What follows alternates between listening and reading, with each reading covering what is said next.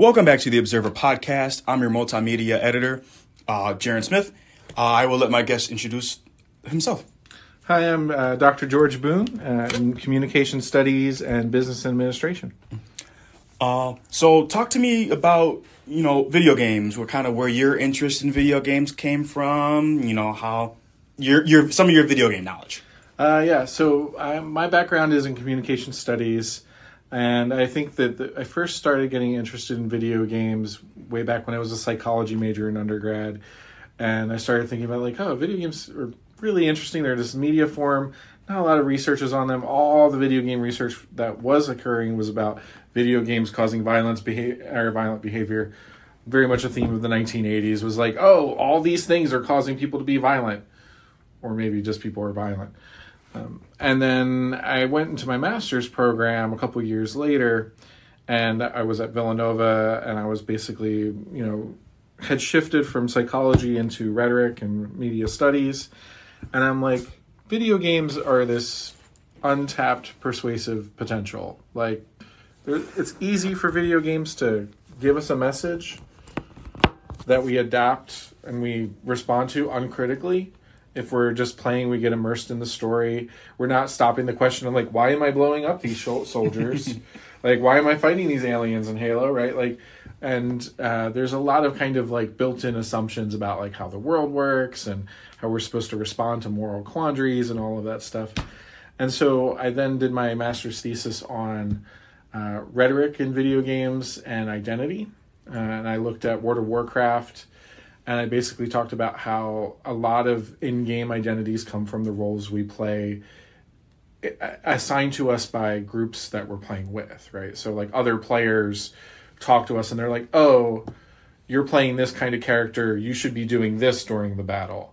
You should be performing your identity in this way. You should be using these skills. And a lot of the de facto kind of leadership kind of got put on people who played the role of tank or damage absorber, right? They're the meat shield that protects everybody else in the party from the big bad monster. And then I went to my PhD program, and I was still I still like video games. I was going to explore some other research options, and I keep coming back to it. And I was like, well, you know what? We don't have a lot of rhetorical history on video games. And so I started writing my dissertation focusing on where do video game genres come from? How do they change over time? How do those changes in different systems and different technologies shape the changes in genre? And that's where I wrote my dissertation on Dragon Quest, which we talked a little bit before the podcast started. Mm-hmm. And I looked at so we have all of a sudden there's this huge game in Japan, Dragon Quest. Why was it so popular over there? Why was it not popular in the United States? Mm-hmm. Where did it come from in terms of the games that inspired it? Mm-hmm. And where is it going? That's kind of where I am now. I'm just where are the ways that the Dragon Quest intellectual properties have spun off into things like Dragon Quest Builders, mm-hmm. Dragon Quest Heroes, but also relating that to the social networks that were surrounding the creation of these games. So I don't know if you know this or not, but Dragon Quest, the lead artist, mm-hmm. is Akira Toriyama. That I actually did not know. I knew he had involvement, but I did not know he was the lead artist for the first game. And they basically, he got involved because when Enix, it wasn't Square Enix yet, it was just Enix, they hadn't merged, mm-hmm. was advertising for artists for their games because they knew they were going to be making them. They advertised in Shonen Jump. Gotcha. And Akira Toriyama was writing Dragon Ball Z for Shonen Jump at that time. So it was, or maybe it wasn't Shonen. He was writing for Shonen Jump at that time. And so basically they teamed up, and that was part of why there's so much overlap between JRPGs and anime, is because of that original historical context and those social networks that were involved there. So that's kind of how I got interested in video games. I've always been a nerd, and now I made it official by writing dissertations about them. I mean, I've always viewed myself as a nerd myself. I feel like that's, who I am, and I know that, before me and even during my lifetime, I just turned 22 on Tuesday. Happy birthday. Thank you. I feel like a lot of people would consider, being a nerd as an insult. And I don't view that as an insult at all, because growing up, something my dad always taught me is that nerds are cool. Yeah. Because, for example, a nerd made the technology recording on, the computers, the shows that I watch in general. So I'm like, I consider myself one, always will. It's just who I am. So kind of the next question I want to lead this into is, why are video games important to you? Why are they important to me? That is a really, really good question. I think they're important to me primarily because they were a way for me to escape a lot of the stuff I was growing up around. My parents weren't very wealthy. I guess I'll just overshare. They never got married. So, like, I had two households. My dad and my mom lived separately. And this was in the 80s when there wasn't a lot of that going on. And I was a pretty lonely kid for a lot of that. And games were my refuge. And I remember, like, getting early Nintendo Powers and just, like, pouring through them and reading everything I could and looking at, like, every video game map. And I just got obsessed with, like, the Final Fantasy fold-out maps that came with the early ones. And it was a large part of my identity in the sense that, like, it allowed me to express a lot of potentials that, 1980s culture was very homophobic. It was very racist. It was a lot of, like, you were born in this square box and you are not allowed to leave it. And I did not feel like that box was for me. So I was very much like, there are other identities that video games allow me to explore. There were other ways of thinking about the world that I liked. I was always, like, I love fantasy. I love just the escapism, like Greek mythology. It was just, a world that's more magical and less, like, scary, right? So I think as a kid, video games became my way of just being able to control my world and feeling more powerful in it when I didn't have that. I understand. I feel the same way, video games for myself. I feel like, as I grow, like, I've grown older, and, say I just have a long day of school, class, work, so on and so forth. And, especially, I learned this as a college student too, because I feel like, a lot of people, like, you have class from, say, first thing in the morning till 3 o'clock.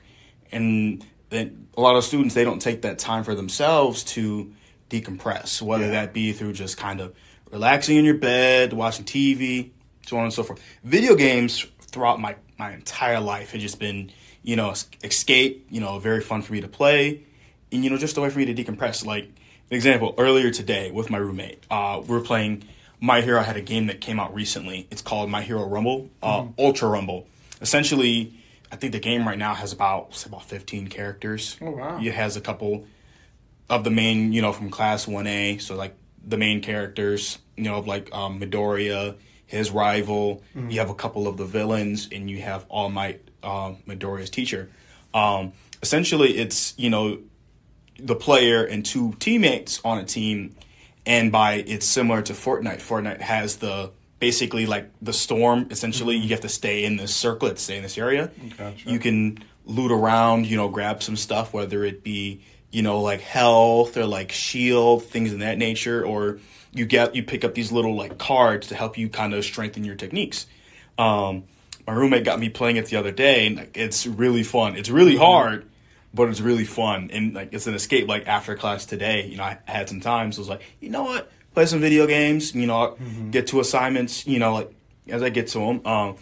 But sometimes video games kind of make me procrastinate, but which, as I've gotten older, I've gotten way better with, like, hey, let me buckle down, or at least if I have a paper due later in the week, I'll start the paper, that is like, okay, say it's 5 pages. I'll at least have an idea, some general thoughts on paper. And I was like, say 30 minutes to an hour passes, it's like, okay, that's a pretty decent time for a break. So then whether that break is, TV or video games, it's just kind of my way to go. But a good question to ask you as a professor, as yourself here, how have you observed video games affecting college students? Well, two ways. One, I don't think that culturally we have... Well, until the very recently, I don't think we've culturally had ways for talking about video games as artistic or as modes of expression that are worthwhile. And I think the pandemic really changed that in a lot of ways.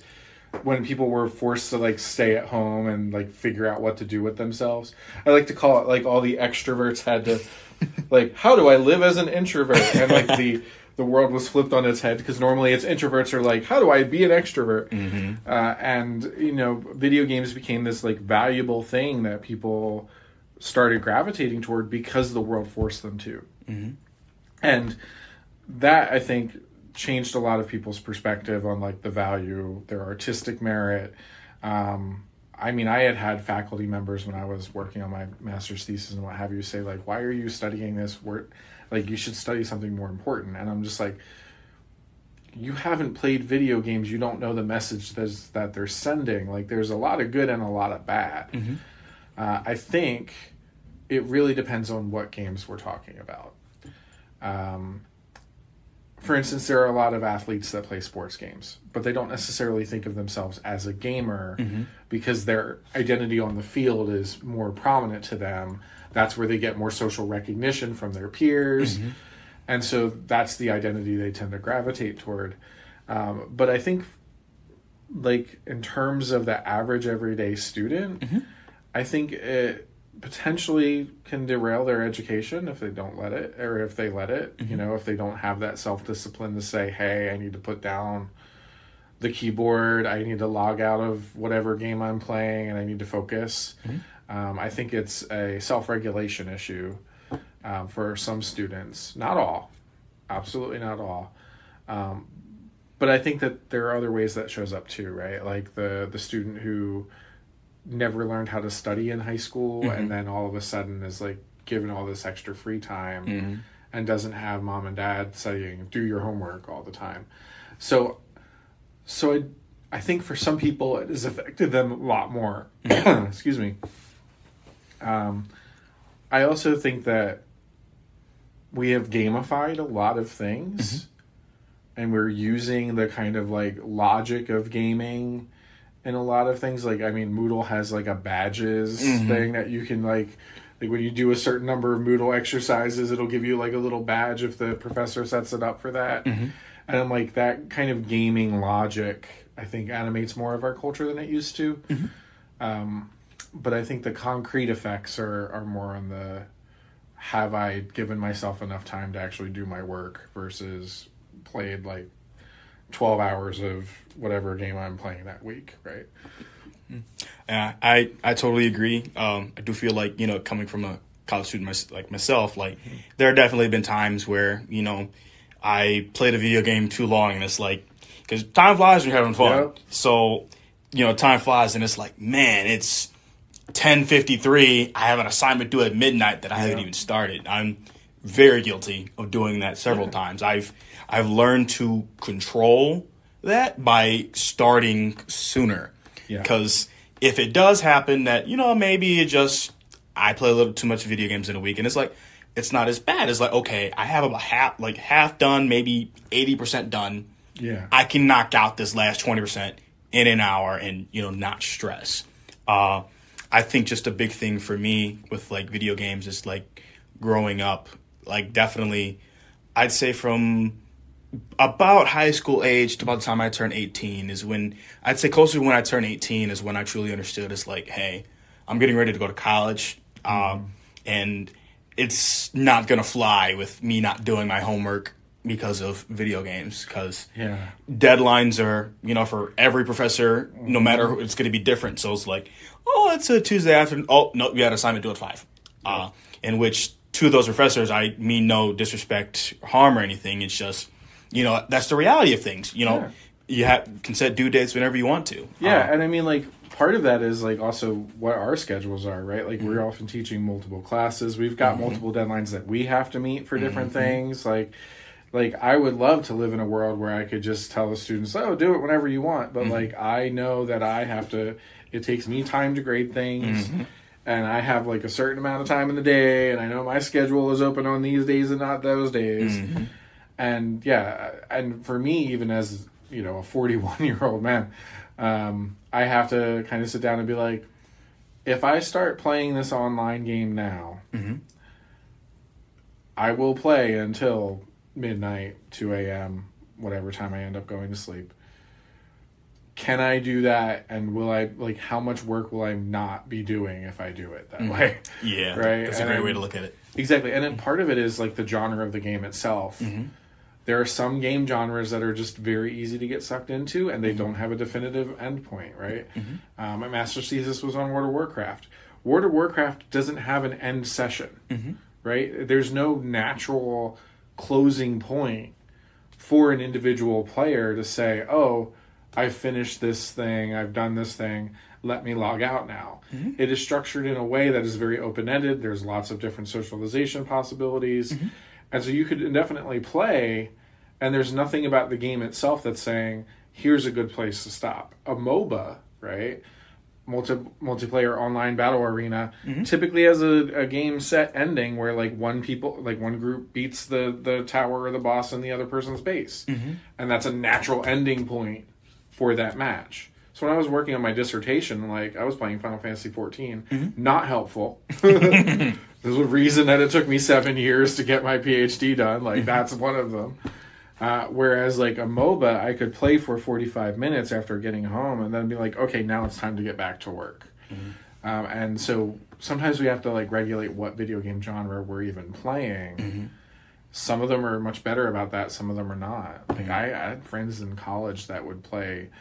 what was the big shooter at the time? I'm trying to remember. It wasn't Unreal Tournament. It was a different one. Counter-Strike. I can't believe I blanked on Counter-Strike. It's terrible. They would play it constantly. And I would be woken up by my roommate, like, firing machine guns because he didn't have his headphones plugged in. I'd be like, dude, trying to sleep here. Really hard to do that when I feel like I'm in a war zone. Yeah, definitely understand that. And just there have been times where, like, you know, I get back to the dorm room, you know, like late, and I hear video games full mm-hmm. blast. And, you know, my roommate, you know, I had freshman year to junior year, mm-hmm. was not a gamer.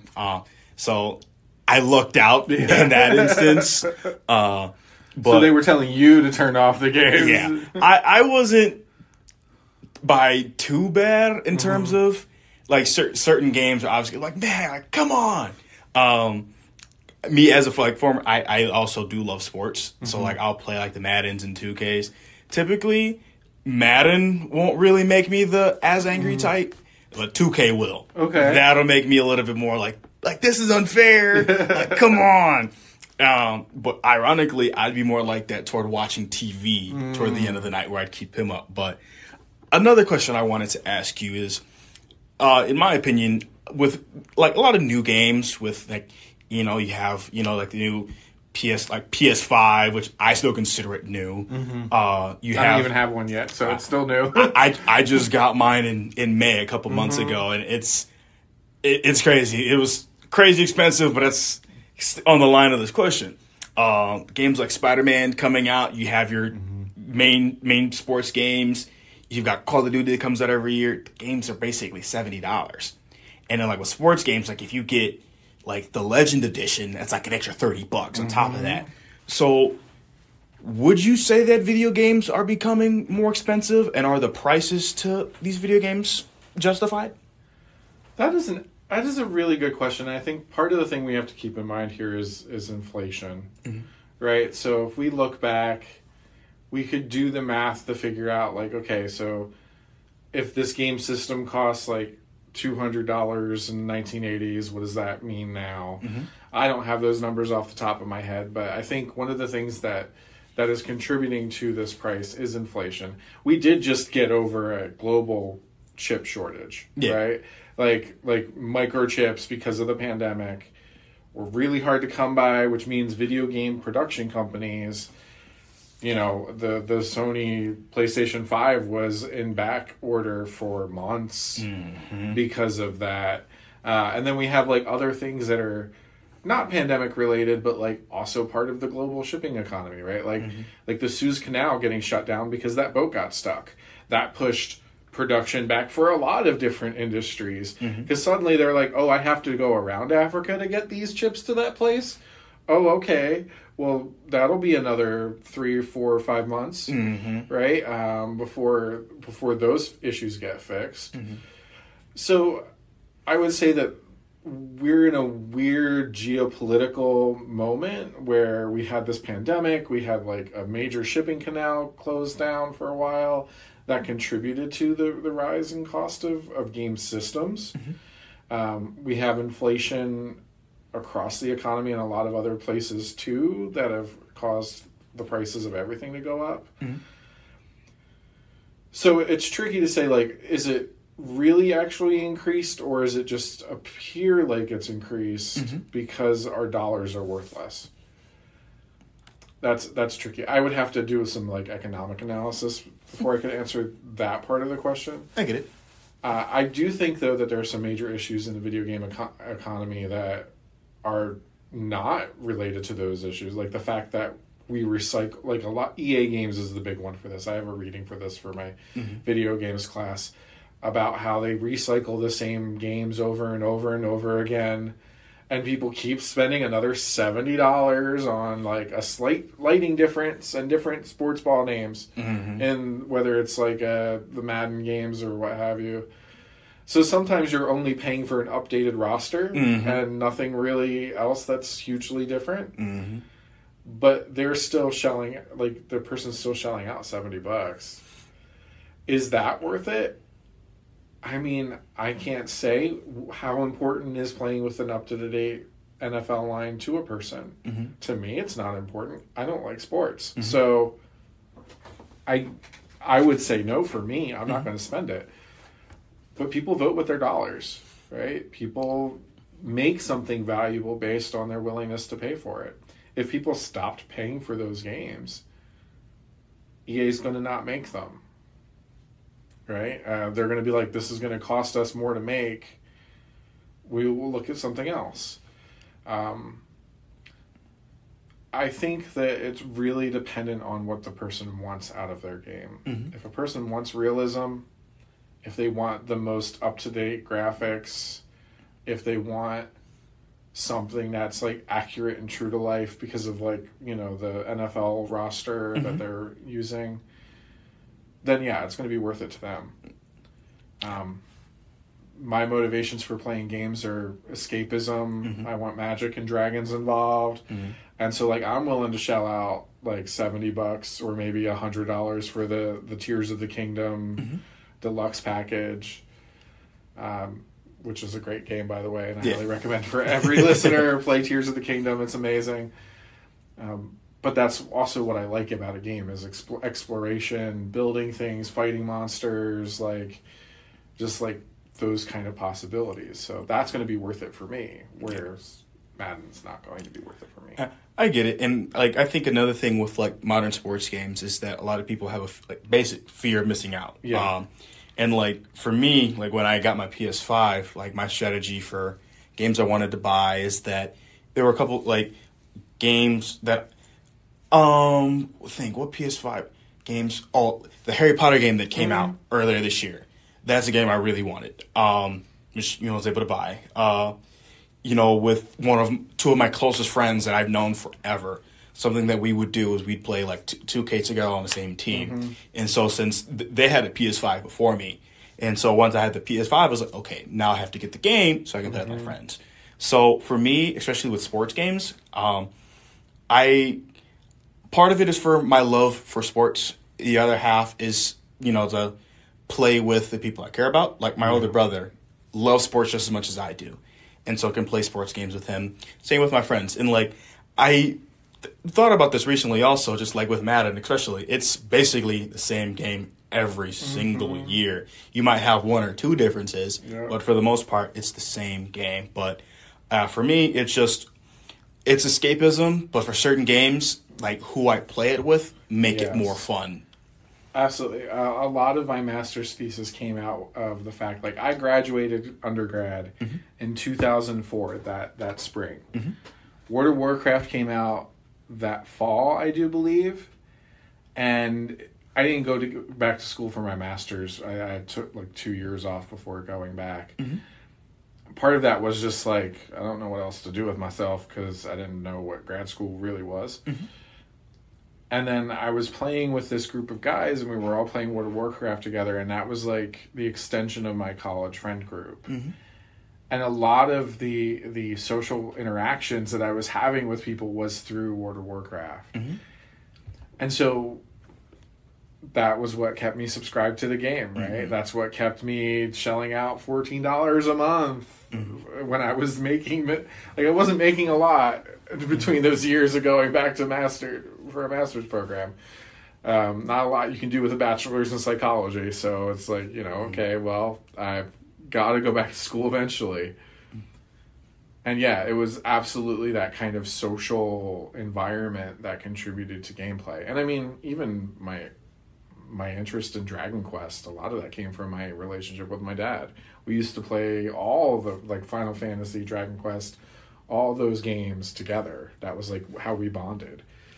So yeah, a lot of it's a social relationship, which, to bring back to that earlier question of like the impact of video games, that is the thing that the relationship is organized around, right? It's not often seen that way though, right? Yeah, no, it's definitely not. Like, I've seen the perspective from like, the side of as a gamer versus compared to those who aren't gamers. And yeah, I don't think I would be as into games if I did not have the people to play them with. And I'd say the biggest person that I love to play video games with is my older brother. I have my older brother to thank for, my interest in anime. And he has, my sister and then my dad to essentially thank. So it all ties back to my dad in some sense. But I have them to thank for that. Really just one of the last questions that I wanted to ask is there anything else that you wanted to add, about video games and kind of today's world or the past or the future? I think that, well, I mean, there's so much I could say. I mean, I literally have 2 classes on video games, so... Speak about your classes. Yes, that's perfect. Okay, so I have 2. The first one I've got on the books was Digital Games and Culture, and that's basically taking different perspectives and rhetorical studies and basically saying, okay, well, how do we break down a video game into its component parts to look at how that video game persuades us to think a certain way or to take certain actions, right? And it's called Digital Game Cultures because I really do think of our persuasive practices as like a repackaging of the culture we already have and whatever cultural influences are to us, and that becomes a form of persuasion. And then video games reshape these practices and get us to engage in culture in a new way, often creating cultures like in online games themselves. So that class is all about like, okay, well, what is the game's genre? What is the rule system? What are the ways that games are presenting gender or race? How, like, are there certain cultural knowledge that comes into a video game? One of the games I play a lot is Smite, right? Which is just a repackaging of a lot of mythology. Yeah, I'm familiar. Keep going. And then my other class, and that's the one that's coming up for this J term, is Digital Game Industry. And that's more of a kind of a business approach to video games. Like, so what are the business models that go into creating certain games over others? Why is it that EA thinks it's like EA is able to profit off of making the same game 5 years in a row without really updating it anything other than just a few aesthetics on it, right? How do things like global chip shortages, which is not the first time that we've had a global chip shortage either. It happened in the 1970s. How does that affect things like games? Like how did video games move from arcades into our living rooms and then back into like bars for like nostalgic people who grew up in the 1980s? We have 2 arcade bars in town, right? What are the esports question, right? Is like, okay, well, who's paying for these esports teams? It's colleges, it's not the game developers themselves. In a lot of cases, they're profiting off of it. What are the economic relationships between like NFL and EA games, right? How does intellectual property fit into all of this thing? One of the units that I want to add for the digital game class or the industry class is all of the issues that just happened with Wizards of the Coast and Dungeons and Dragons. They wanted to change their licensing so they could get more kickback for anybody who made D&D content. It used to be an open license where anybody could use that system and they wouldn't have to worry about it. It was meant to foster an open culture of innovation. But then Wizards of the Coast got greedy and said, no, we want a kickback. We're changing our license agreement, so it's no longer going to be an open license. And now if you want to make anything related in the D&D world, you're going to have to send that to us to get approval, and we're going to take a kick of it. That model of licensing was the 1990 or the 1980s approach that Nintendo took. So it's like there's all these like weird ways that like the history of video games and its industry are coming back and circling back again. And then we have AI, right? Like what happens when AI makes games? Like what is that going to like? We already have games that do that, like Terraria. Yeah.